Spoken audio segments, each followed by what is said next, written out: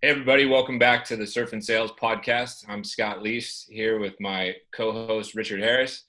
And today we welcome Claire Morris to the show, VP of Operations at Homeward. We're excited to talk to her. Claire, welcome to the show. Thanks so much for having me, Scott. Yeah. So tell us a little bit about what you're doing right now, real quick, in your role. VP of Ops, that can mean a lot of different things to a lot of different people and different companies. So what does it mean for you in your role with Homeward right now? Yeah, ops definitely means something different and has at every company I've worked at so far. At Homeward, what it really entails is all operational process and strategies centralized in the business as it relates to funnel operations. So everything from top of funnel down to getting our customers on board and through our entire transaction, with a heavy focus specifically on the customer experience part of the transaction. So I'm gonna pause right there. That's a lot of good buzzwords. That sounds really good in a job description. Can you give us and the listeners like 3 use cases? Here's what that means here, right? Yeah. Funnel operations, top of funnel, customer journey. Like we get it, but like what are 3 things that'll resonate, or maybe 3 things you discovered that needed to really be fixed, just so we have a greater context? For sure. So a few of the actual focus areas that my role has, managing the customer experience team. These are the agents that are basically on the phone with our customers, guiding them end to end through the customer life cycle. So what that means is they're explaining to them how our process works. They're getting them under contract on their new home. They're actually consulting with their real estate agents, and then they're managing them through 2 different closes: the close when Homeward buys the home, and when the customer buys the home back from us. So there's a ton of sales points and milestones throughout their life cycle, but there's also a ton of operational and logistics that they're having to manage. Hold on. I don't like hearing tons of operationals and logistics. Scott's over here smiling. Like, go for it, Richard. Look, I work with Claire for so many years. I know exactly where Richard's going. But I actually maybe even pause for a second. Maybe explain a little bit about what your organization does, because you talked about buying the home and then someone else buying the home. So I think giving, again, just more context, I think will help understand the process better. Yeah, I think so. So Homeward's key mission is to help home buyers buy their next home before they sell the one that they're in. And the way that we do that is we empower them with a cash offer where, after we've financially approved them, Homeward will buy their next home for them. They get to move in right away, begin renting from us during that time while they prep their home for listing at its full market value potential. So they can get, every last dollar out of that sale that they possibly can. When they sell that old home, they then buy the new home back from us, but they've already been living in it. So we really remove all of the stress of, where am I going once I sell my home? So you're having to do, this is interesting. You're having to do so much more selling almost than you had to do before. Walk everybody through and walk us through like your kind of origin story. There's a funny story about how Claire and I met for the first time, but talk to everybody about how you started, because you started as a customer service rep, right? Yeah. And worked your way through all these different roles. So kind of walk us through that a little bit. Yeah. With a very proud music degree from UT, I was a little lost in what I was going to do in my career. And so, like most people who end up in sales. Yeah, exactly. So, what I knew is that I had a big personality and that I liked to be creative and problem solve. And so I thought, okay, startups are for me, and they're everywhere in Austin. So, really where I started was in customer service, at Main Street Hub, where I met Scott. And, that was a great experience, but definitely like a thrown into the deep end of the ocean kind of experience. About 60 days in, our CEOs were fundraising and needed somebody to run the team. And they came to me and said like, hey, you're good at your job. Why don't you manage everybody else? And move me into a team lead position. So really quickly, I had to figure out how to enable teams. And then that's where I kind of found my love for both customer success and operations. It was about enabling teams and creating repeatable processes. So did that for a while there, moved into operations where I was supporting sales as well. And then followed you, Scott, to Outbound Engine, which was an awesome move. Was there for about 4.5 years.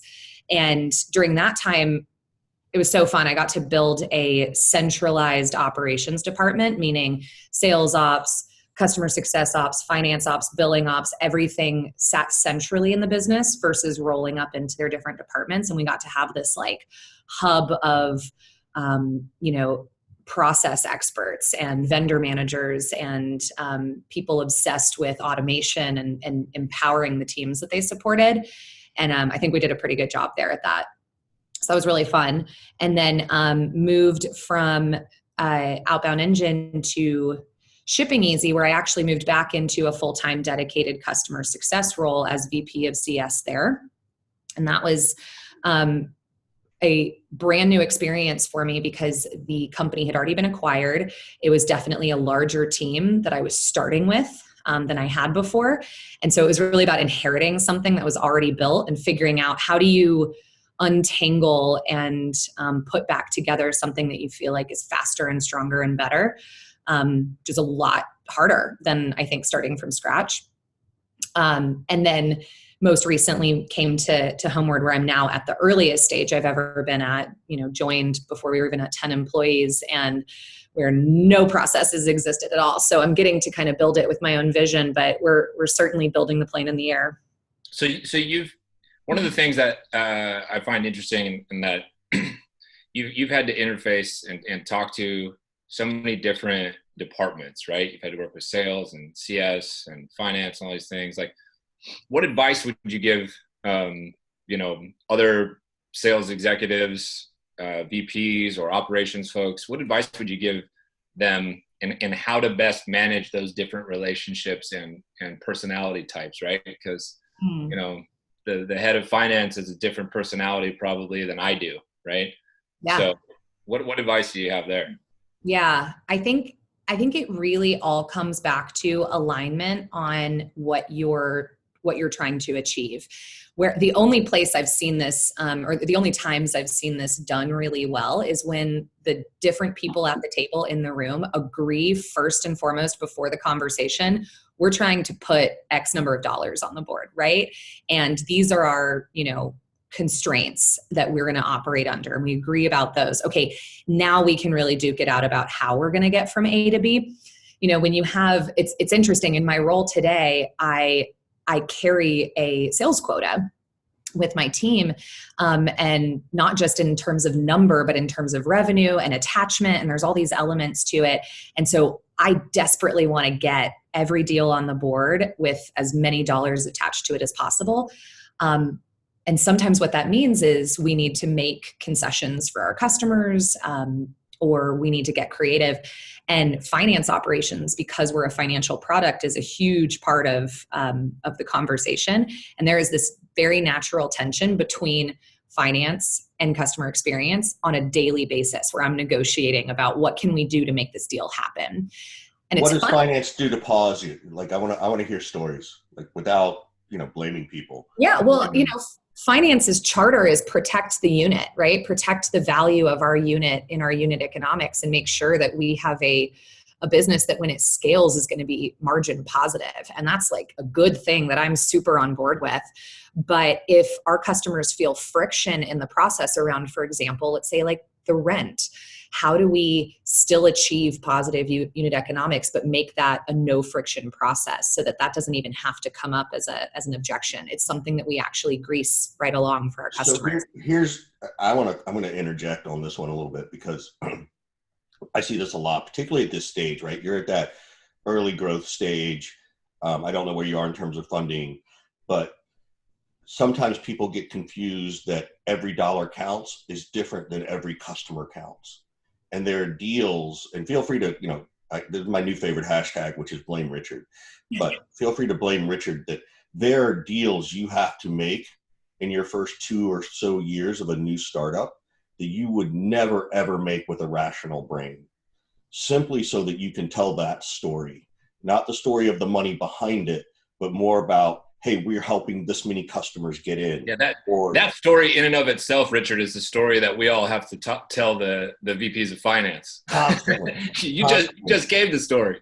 Right. So it's kind of like you have to push hard that, look, you can protect the dollars, but there's not going to be anything here to protect if I don't have 5 case studies of real humans really renting our house who will then go and evangelize that to the general public, because that's worth way more right now. That's worth way more than, you lose a little bit of money or you just break even on those deals. So feel free to hashtag blame Richard on that one, because that's a really important one for them. Unless you've already done that. Maybe you already know that. Maybe it's hashtag blame Claire, because Claire doesn't put up with a lot of bullshit. I know that about Claire.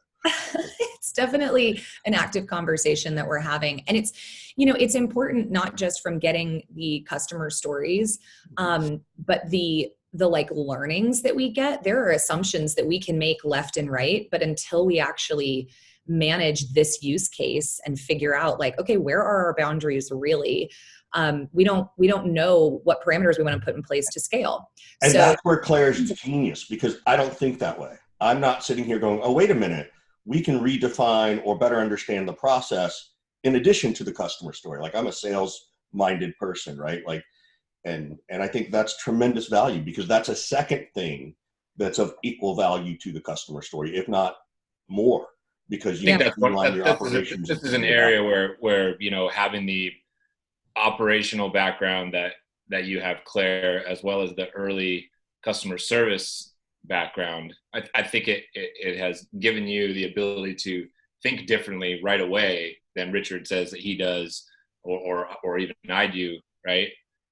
So talk to us a little bit about that. How do you feel like the service role and the ops role, where you didn't carry a quota, how do you think that those roles prepared you now to carry a quota and manage that, and how much different is it? Yeah, that's interesting to reflect on, because what I spent a lot of time in previous roles doing was like pounding my fist on the table, championing that operations as an early investment matters. And it's one of the key things that you will do to scale. And Scott, you and I got on board with that together early on. And, we were able to evangelize for like, we need another hire in this ops department. We need to run a project against this. We need to care about our, data integrity. We need to care about our tech stack. Like, all of these things actually matter, even though they might feel like nice to haves to some people. They are what will enable us to scale. And the sooner we get them in there, the better. I'm going to pause you, because this is the part I've really been interested in hearing. One, before we get off this conversation, I do want to hear one time where you argued with Scott and you won, because I think that's really important to. And not because you guys know each other and we know each other and you've been to surf and sail. Like, we've never argued, Richard. Never. You know what Riley asked me the other day, Scott, my 11-year-old, he said, "Hey Daddy, have you ever won an argument with Mama?" Like, come on. If Claire and I ever argued, I definitely did not win the argument. So, but I want to dive in, because you guys do have a personal relationship where you can really talk about this. So and I know, Scott, I know both of you well enough that you were both probably like, oh my God, it's so great to have a partner who gets it, right? Like, I know that there's that piece between the two of you. But how did you guys either recognize in each other that, wow, this person gets it, and we're probably going to agree 80% of the time? What were the things in Scott that you saw Claire? Scott, what were the things that you saw in Claire that were like, okay, I can... Well, I'll go. Didn't trust her, but you can trust her more. I'll go first. So, and I'll tell the story kind of how Claire and I met. So, I was living in San Francisco still, but we were about to relocate the company to Austin, and this lady shows up in San Francisco, just graduated, and it's like, hey, shows up in our office in San Francisco. It's like, I'm going to be working for you guys out in Austin. It's Claire. I'm like, oh, did we fly you out here or something? She's like, no, I just came out to, visit and like meet the team a little bit. And I just remember thinking like, holy shit, like, look at the initiative on this girl. She like just graduated, And she just struck me as like super positive, super confident. And there was just something about her. And I remember going to Matt and Andrew, the co-founders, and saying, what did you hire Claire for? And they're like, oh, she's, the frontline customer service rep or something like that. And I'm like, she is not going to be a customer service rep for very long. Like, she is a star in the making. And I knew it like right away. No, and it was just the way that she carried herself. And so it was just awesome now to see her grow to. So Claire, today. Did you feel that level of awesomeness when you showed up, or were you like, oh my God, what am I walking into? It was like, what is this weirdo? Right. Like, were you like, I need to fake it till I make it, which I think we've all done at some point, but I know you well enough to know your confidence level too. But I also know sometimes, like all of us, we all get a little bit of imposter syndrome. Like, where was your head at that time in your life? Yeah, I think I didn't know all of the challenges I was about to face. So I didn't have the imposter syndrome quite yet that would inevitably set in, just like it does for everybody. At that point, I was, it was a world of possibilities, and I knew what I was good at, which was relationship building. And that's always been something I've, I think that's great. I think I love what you just said, which is, and I think we all do that, is like, before we know what the problems are, we don't even think, we're like, whatever problem comes up, I'll handle. Then all of a sudden we start to handle problems, and we actually lose confidence in our ability to handle problems. We get nervous, we get scared, and that's where that imposter syndrome sits in. And I wasn't expecting to talk about it, but I think that that's a really good takeaway from this, is that you almost have to come in sort of very bright-eyed, bushy-tailed, and assume there's really no major problem, because you'll just figure it out, right? Like, oh yeah. And that's what you got to do to pull yourself out of your imposter syndrome sometimes. Yeah. I mean, I think my like sheer delusion about my like unlimited potential was a lot of what carried me, in the early stages of my career. Like I had no reason to think I couldn't do something. And I had really great champions, truly, like Scott, that reinforced that for me. And so I moved really quickly through some of these like early stages of my career, which was amazing. And, I'm so grateful for that, and got a lot of momentum because of that. So let me ask, I'm going to pull back to the shades on the two of you a little bit too. Can you guys talk about a time where you've worked together and you had to strategize to get something done through your C-level executives, through your finance department, where it's like, okay, Scott, you go be the bad cop. Claire's going to be the good cop, or vice versa. Like, how did those two departments, look at Scott, he's all excited about this. I'm just thinking, first of all, I was always the bad cop. Well, I know that. I believe me, I'm well aware. But you still are, my friend. You still are, right? Yeah. I think someone told us that the definition between the two of us is that Scott's like, fuck you, and Richard's like, let's be friends. So, but think about that from, as you give advice to other people, as people who are listening and they're like, I do get along with my ops person or my head of customer success, and we need to go get this other platform to help us, right? Maybe you need the Gainsight platform, maybe you need Outreach or SalesLoft, or maybe you need Gong or Chorus, or maybe you need something that's going to benefit the org. But you got a finance person or a C-level founder who's like, well, why do we do, like, can't you just do this? Like, can't you just sit and listen to people, or whatever it is? Like, how did you guys work together to figure that stuff out? Like, what advice, like, what are 3 things you could give to people? Like, hey, before you go do this, strategize this way.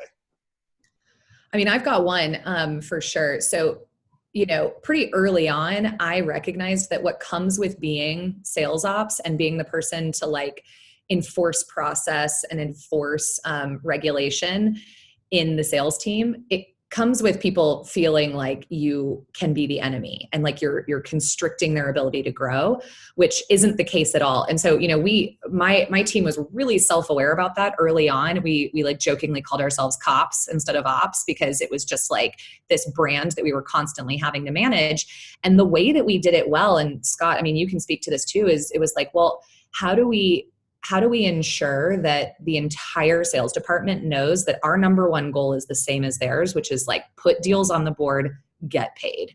And we want to make sure that that happens for them. So we participated in as many meetings as we possibly could. We sat on the floor with them every single day. We had like required amount of time that you had to be sitting in like this on the sales floor, like with the reps. Relationship building was a huge part of it. And it was really always going to be about relationship building. What do you mean? With the sales reps themselves. It's not just you sit and partner with, the VP of sales to roll out regulation and process or a new tool here and there. So what would you or your team do if you sat with a sales rep? Like, what would that mean? Some of the strategic elements of sales management outside of like that kind of magic, I can get on the phone and help a rep understand how to close this deal. Some of those things that Scott, was always beating a drum about, like, I need you guys to be managing their pipelines. I need you guys to be checking their metrics and talking with them about this all the time.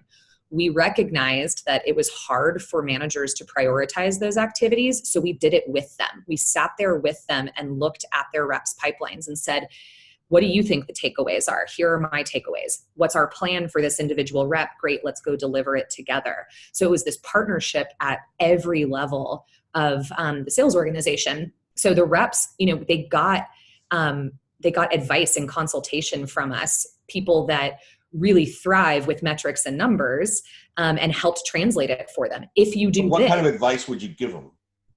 Oh, it was, anything from, hey, if you can improve this conversion in your sales process by this %, here's what that could look like for you in terms of a commission change. And here are the levers you can pull, the trainings you can go to, the things you can try to improve that percentage. So it was all about decoding and demystifying, like, between your first dial and your dollar that you get in your bank account from it, what are my options? What are the levers I can pull? And how can I tell which ones I need to be tugging at? Got it. Scott, what's your take on this? Or are you just going to go, Claire's right? As usual, you should say, as usual. No, I don't know how other people run their sales orgs, but I had all my sales ops teams just be really, really involved. I didn't want them just banging away on Salesforce or reports or spreadsheets like in the other room. I wanted them on the floor and active and like Claire said, helping people manage the pipeline, especially reps who are early in their career. I mean, come on, they don't know how to manage a pipeline the right way. Things slip through the cracks. They've got things that they haven't called in, 120 days that had a contract sent out to them or whatever. Right. And so, I don't expect all of my sales managers to be experts at all this operational stuff. And so, like she said, the partnership between the two was really important. A sales manager, one particular sales manager might be really good at just managing the personality of their reps, right? And their mindset and fixing their, confidence level and working on the tonality of their pitch and these kind of things. But they might lack some skills in the operational side of things. Well, that's where Claire and her team, would come in and help. And as far as like dealing with executives and getting things, across the line, it's the ability to tell the story in a more comprehensive way, right? Like I'm very passionate and get like very emotional. Like once I know we need something, right? Like I'm going to explain, this is why we need it. This is what it's going to do. It's going to be super powerful. Right. And I'm always thinking like, oh, you hired me to make these decisions. Like, just let me make the decision and get out of my way. Newsflash, it's not like that. I get told no all the time. And so then I go back to Claire and I'm like, I need you to help me tell this story in a more 1 + 1 = 2 way. So these bean counter finance people can understand my point from a different angle, right? And so that's just one kind of dynamic of how the partnership worked together. That's great. I mean, that's what I'm looking for, right? And it's interesting because there are very few organizations where ops gets to engage with sales in such a way that sales might not feel they're being micromanaged by another department, right? And you guys sort of cracked the code on that a little bit. And I am curious, as as you did this, and I know, Scott, for everything you've done, you had the benefit of having Claire earlier in you had one or two gigs where you didn't have an ops person, and finally you had one, and you were just like able to unleash the ops potential, right, in the sales organization. And you found this great partner in Claire. What was it like, do you think, from your sales team that, wait a minute, why is Claire's team sitting here telling me how to close a deal, right? Because there's that ego of sales of like, you don't know what you're doing kind of stuff, right? How did y'all bridge that gap? Or Scott, was it just because from the top down you said, look, you guys don't know what you're doing. I know what I'm doing. Listen to Claire. Like, how did that work? No, let's let Claire answer that question. I think Scott and I had a really good understanding, and there was always this tension between sales and operations, but Scott and I really prioritized, like, make that a healthy tension, make that a productive tension, and don't let it, derail what we're both trying to do here, which I think is, sorry. Hey, that's life. Yeah, that's all right. I was getting close. Okay. So Scott and I really prioritized making sure that the tension between ops and sales was going to be a productive one, a healthy one, and not a destructive one that derailed what we were both trying to do, which was hit revenue goals. And so I drew a big, thick black line with my team that was like, you are never to coach any reps or managers on what to say. That is not what we are the experts in. The messaging, the finesse of delivering a script, like, none of that is what we're the experts in. We focused a lot on sales enablement. So, okay, once you, sales leadership, have determined how you want to do that, how do we help codify that and turn it into something that can be repeatable? How do we help build training programs for you to deliver that message easily? And how do you measure that it's being done well? That's where we stepped in to help. But there was always this, like, real clarity about, it is not our job to help figure out what to say and how to convert the deal. What if you heard that, though? Let's say you heard that. Let's say you're sitting there, and granted, there's a difference between Claire sitting there and probably being just based on experience and title and clout within the org to give some coaching. But let's say you did see or hear something. Did you then sort of have to back channel that to the appropriate manager or to Scott to say, hey, Scott, look, we heard this, this is before gong and chorus, right? We heard this, we think there's an opportunity, but we don't want to cause more friction, and we're really wanting to be supportive. What would you do? I mean, Claire might hear from one of her people, and one of her people would say, hey, this, rep kind of sounded funky on the phone or something like that. And then she would come say something to me, and I'd be like, oh, crap. Right. So time for us to go fix that, so it was to me, it wasn't threatening. It was welcomed. Like, nice work. Okay. You just figured something out that we're deficient in. Like, we need to go fix that now. Mm-hmm.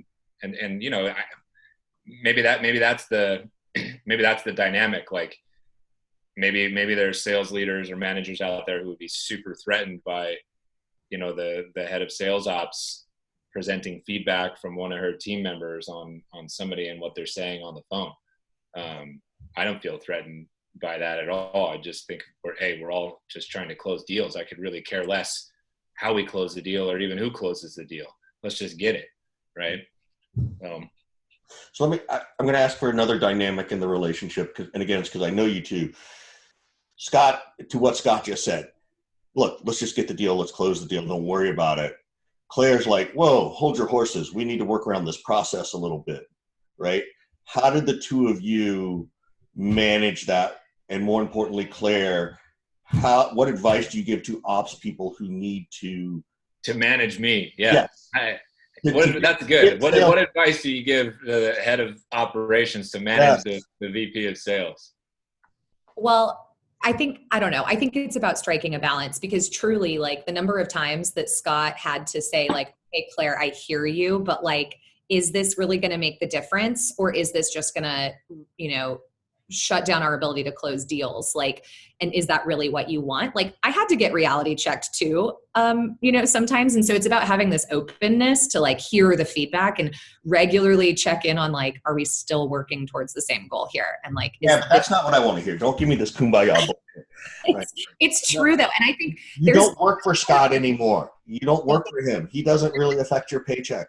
Right. You're totally right. But I do think, I think it's an important message though, for ops people out there to hear, like, don't power trip. Like you were there to serve the revenue of the business. But how do you stop a guy? And Scott is not a power trip guy. Like I know Scott well enough, but like any sales leader, we can't all get on a power trip, train for a few minutes, right? Yeah.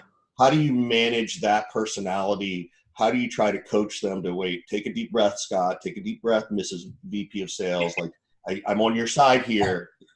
I don't know if telling Scott to take a deep breath would have ever worked for me, but what we did, I mean, and correct me if I'm wrong, Scott, but like anytime that there was something that I really disagreed with Scott about and needed him to hear me, it had to be a one-on-one, just the two of us in a room where we leveled.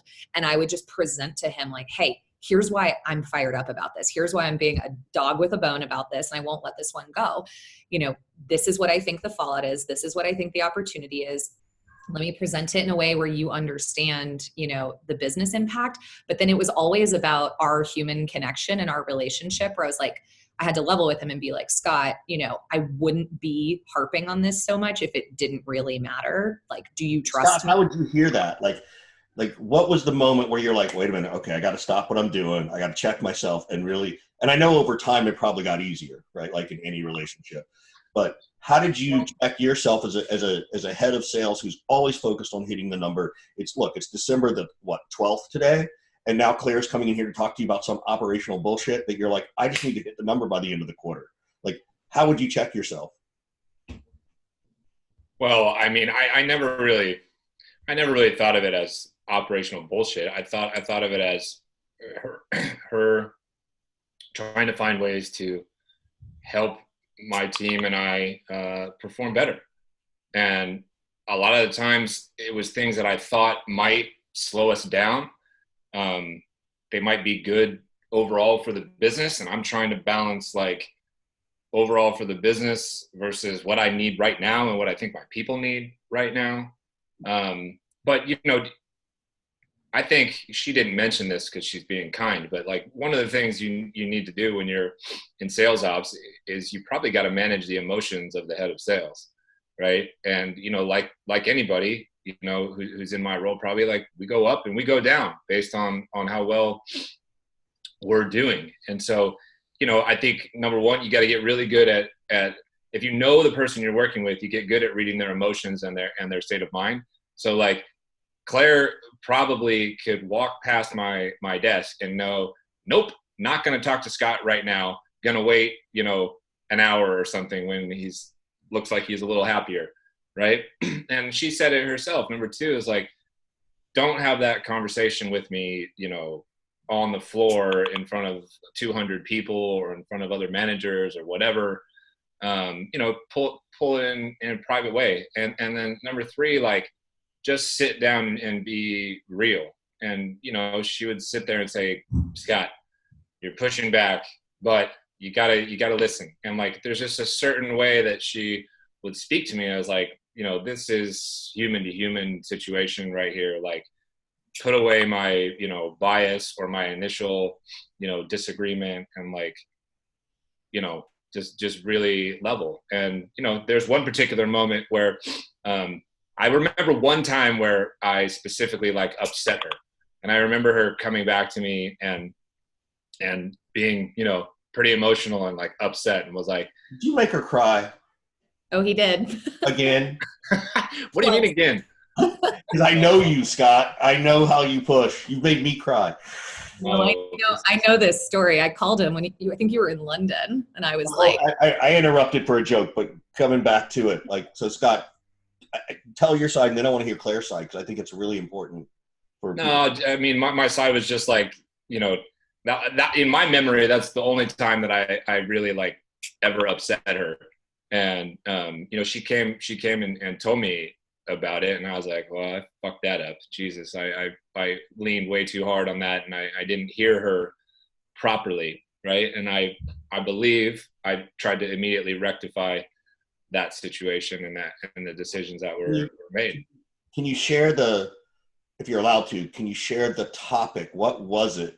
only because I'm sure other people have had this and they might like to hear, oh my God, I just did that, or I'm about to walk into that. Like, was it like Claire was saying no to something you really wanted? She was trying to, not necessarily. Do you remember, Claire? I don't actually remember. It was something to do with like a sales incentive you were wanting to use that was going to cause like a bunch of operational fallout. It just wasn't ready. And you had like given the order to the team to just run with it. And right. I think I was like, oh, you intentionally created this mess for me to clean up, which wasn't the case at all. But that was, so I felt like, I remember feeling like personally offended by like the way that it got rolled out. And that's when it came to a head I was like, we talked about this, but then it was, my ability to come to him and be honest and not have to be like a lawyer about it, but be like, hey, let me level with you as, a peer and a friend and a mentor and all of these different dynamics we have. And then I think he invited me over to his house with him and his wife for dinner to like make it up to me. So I recognize my mistake. Yeah. There's something so I want like that relationship. Here's the one thing that I'm really, really hearing, and I think and I know that it exists. There's a lot of trust between the two of you, right? Like if you guys were going to go out and create a business, I could easily see the two of you going, you're going to do this, I'm going to do this. Yeah, we're going to sort of come to heads on a couple of things, but we have so much trust in our relationship with each other that we'll figure it out, right? We'll go through our own therapy together.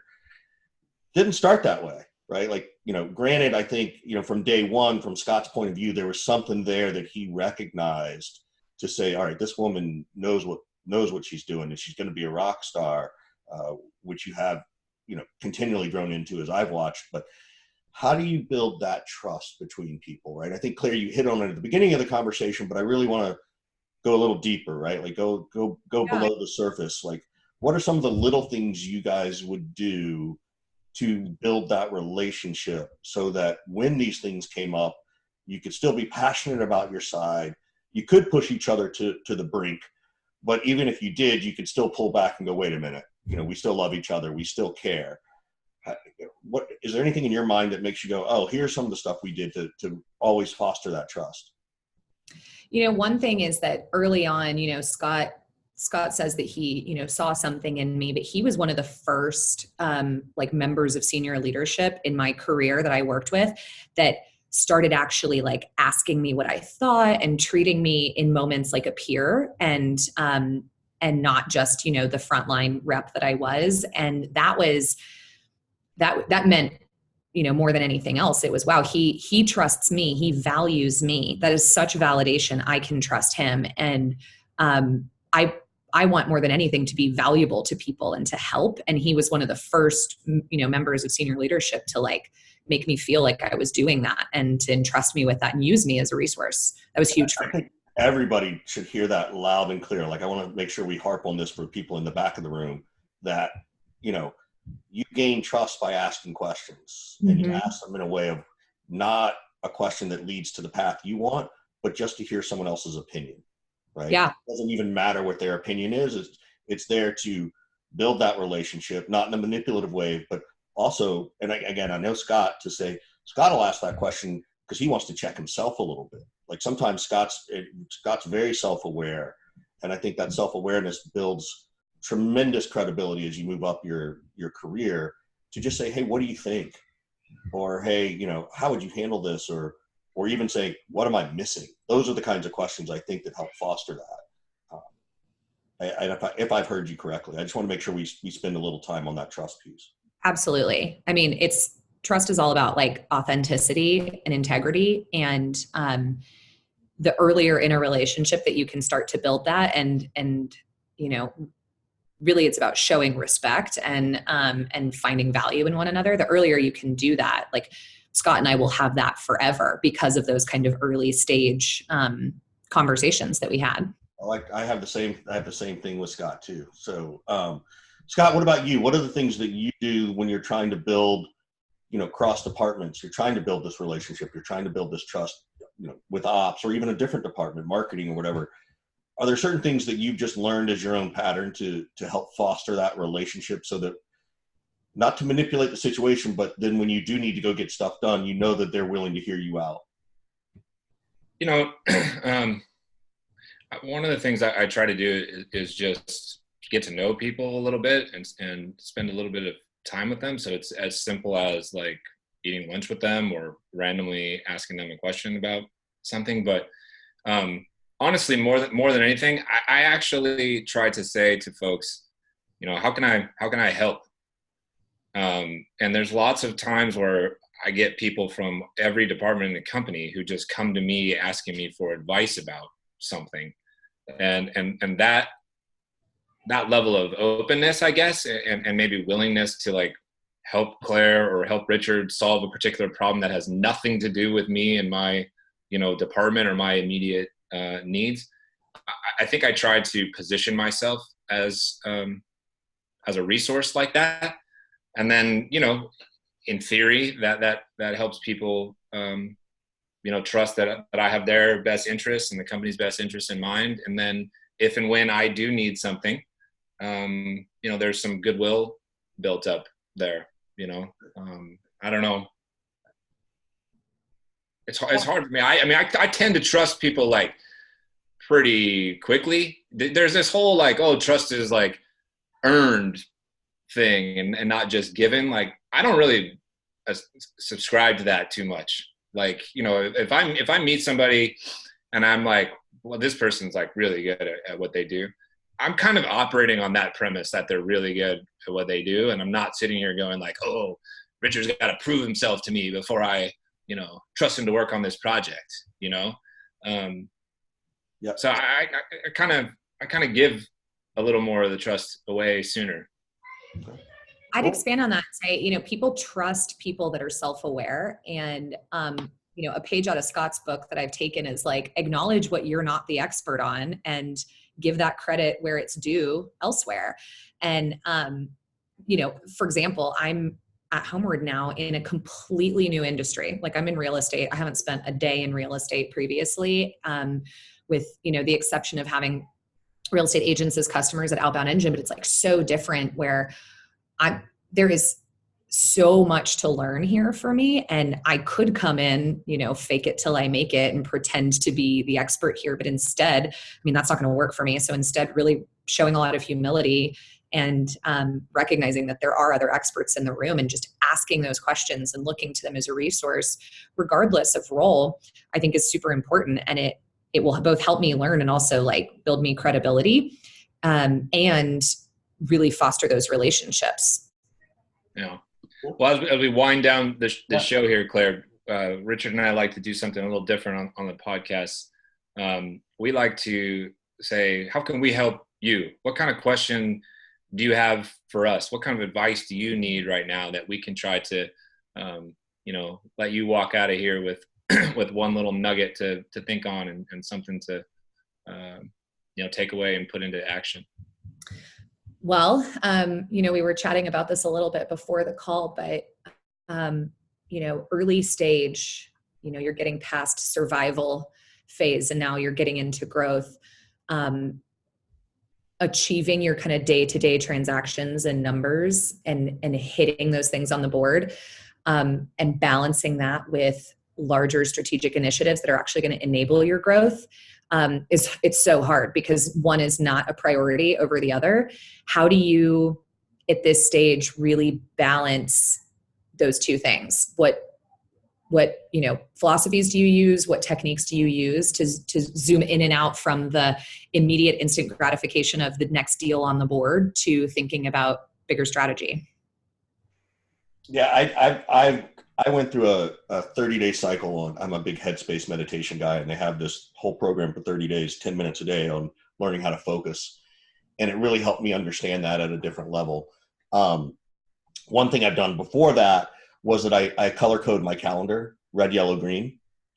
And green for me was always revenue generating. It's meetings. It's those, you know, it's, you know, putting a proposal together. It's doing some research. It's those kinds of things. This event that you and I are doing right now is yellow, right? It's hopefully it'll turn into some business later. So color coding my calendar so I can better recognize what's happening has been helpful to me. And then on the calendar, I can see, oh my God, I've got a day of green. I need to go get this other operational stuff done that's going to take care of the business behind the green. So that's a simple, super easy tactic that I have really worked. I've even started to color code my family stuff too, so I can see what's going on my calendar day in and day out, because that's really, really important. So for me, that's the tactical takeaway. And I've also sort of been monitoring myself that I learned this from a different woman a long time ago, but like 15 minutes. If I'm feeling scattered, I need to take 15 minutes and focus on this one thing. And you'd be surprised how much stuff you can get done in 15 minutes. Mm-hmm. It's really, really been helpful. And I've actually got to jump from here for a second. So I'm going to stop my video, but I'm going to let you guys wind it down. Well, what I would say, Claire, is you get to this place where you feel like you're running around a million miles an hour and have all these different things that you got to be working on. And for a certain period of time, like you have to do that, and you have to get comfortable with that. But it's totally not sustainable, right? And so I think what you have to do is you have to find ways to start offloading and delegating some of the responsibility, right? And some of the actions. Start looking around and say, well, who's the person that maybe I can let hold the candle here to these immediate deals and needs that I need, so I can maybe focus a little more for the next couple of days or even the next couple of hours on some of the more strategic stuff, right? Because you just simply can't do everything well. And we all try to do, 100 different things at the same time. And like, if you do too many, and we all have a breaking point, if you do too many of them, you end up doing none of them really good, right? Wow. And in that delegation, and I've explained this to Richard many times, and I know it resonated with him, but it's like, one of the reasons I think people don't delegate stuff is because they expect it to come back with their level of like productivity or performance, right? Like if I do this thing, I know I'm going to do it 100%, right? And so they're afraid to delegate it because they don't think it's going to come back 100%.